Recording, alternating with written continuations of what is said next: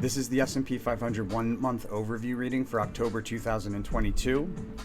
It's currently August 25th, 2022, 10 p.m. Eastern Time. The overall theme and behavior for the month, we have a big move higher. There's a lot of money that can be made here because we have some big moves. Looks like usually there's a big move higher and then a big move like to and from a high or a low. When you see the Magus card, there's a lot of movement. And it's crossed with volatility and an important resistance level. The behavior around the high, we have a correlation. Makes sense. We have a correlation to the crossing card, which is the important resistance level and the volatility. And behavior around the high, we have a big move out of the high to the downside, something global, and behavior around the low, we have the prudence card. I'm advised to be very cautious around the lows here. I generally try to avoid trading around that card.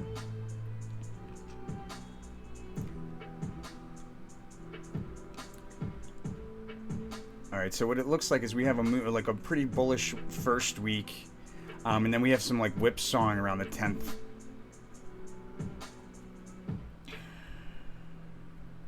We have some whipsawing around like the 10th. We may have some whipsawing here on the 6th and 7th even, 5, 6, 7. But there's whipsawing between the 10th and the 11th. It looks like we go from a high to a low, like a high on Monday to a low on Monday afternoon or Tuesday morning, and then back up to relatively high price level. Like it's like a short, like a strong but brief dip over like the first 2 days of the second week, and then a prominent trough towards the end of the second week.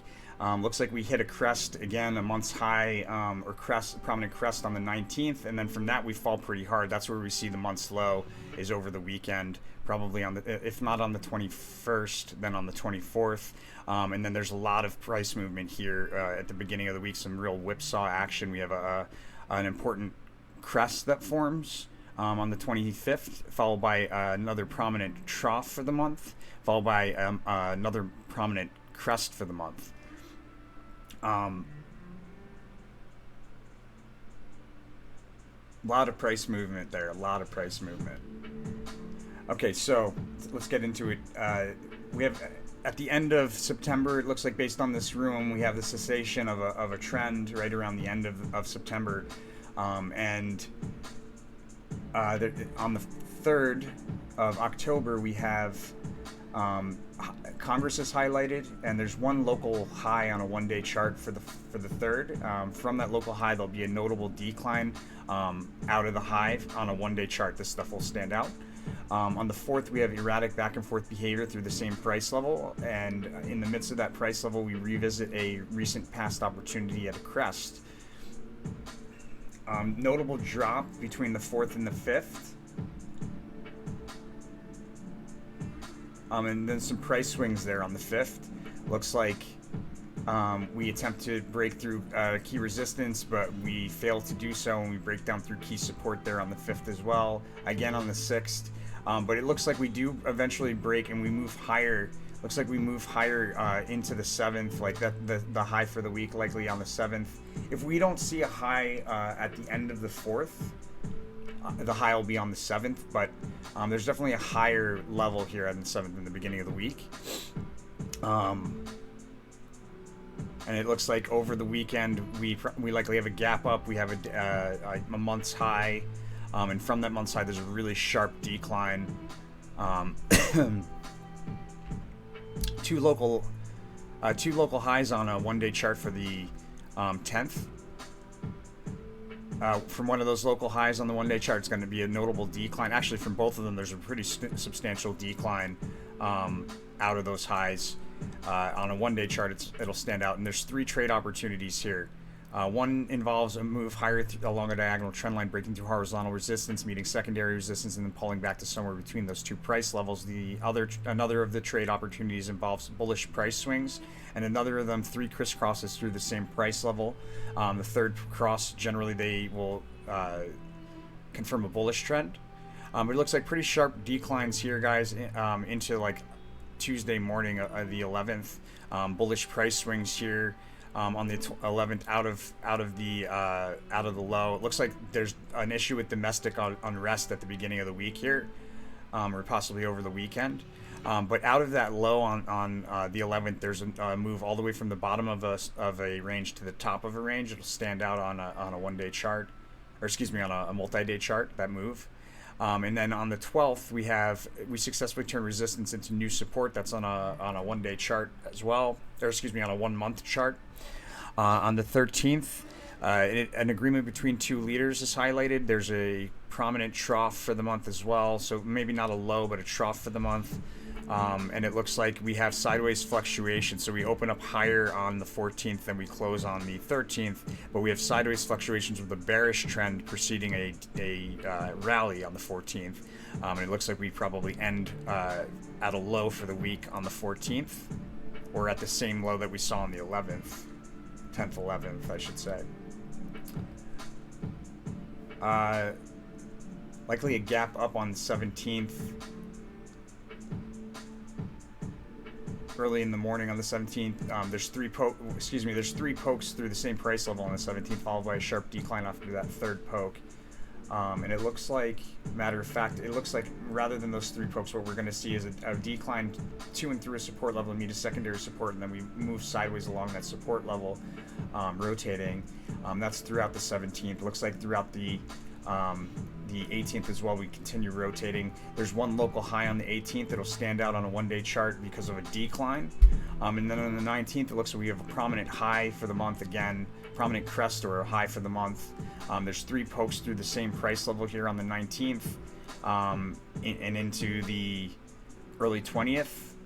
And after that third poke, we break down through key support level. Or we break down with a sharp decline. And it looks like on the 20th that decline continues. What's interesting is this Ace of Cups correlation. It covers like all of the days of this week, like from the 20th through like the 24th. I have to look at the daily to be sure, but it's like a bunch of days with Ace of Cups energy. So a pretty sharp decline over several days here. Looks like we have a low on the 24th after multiple support levels are broken through. That's on a multi-day chart, or a multi-month chart. That's on a 1-month chart, excuse me. Oof, getting tired.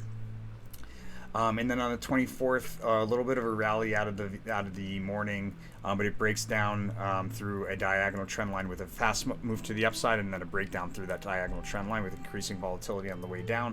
Looks like a good opportunity to sell puts. Sell to close the puts that I would have opened at the crest on the 19th, here somewhere on the 24th or the 25th. And then we have a big price move higher on the 25th. Looks like to reach a crest.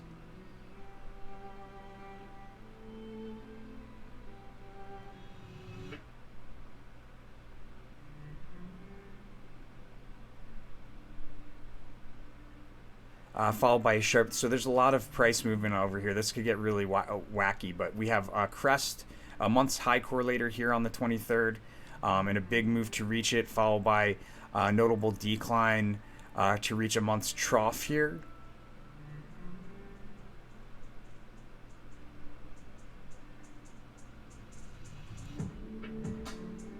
Interesting. This could be blurry. This could be like a day off somewhere, the highs and the lows, but it's like high, low, high, and then we have a notable decline towards the end of the month. So on the 26th, I'd say prominent trough, and then on the 27th, revisiting of the highs that we were attempting to break through on the 19th and the 23rd, or possibly even a higher high there on the 27th, because we do have a big move to the upside out of the trough that we see on the 26th, or the low that we see on the 26th. On the 28th, after meeting that crest on the 27th, looks like we probably revisit that crest on the 28th, possibly on the 31st as well. But after that crest, there's a notable drop, really advised on the, I believe it's the 27th. Let me look.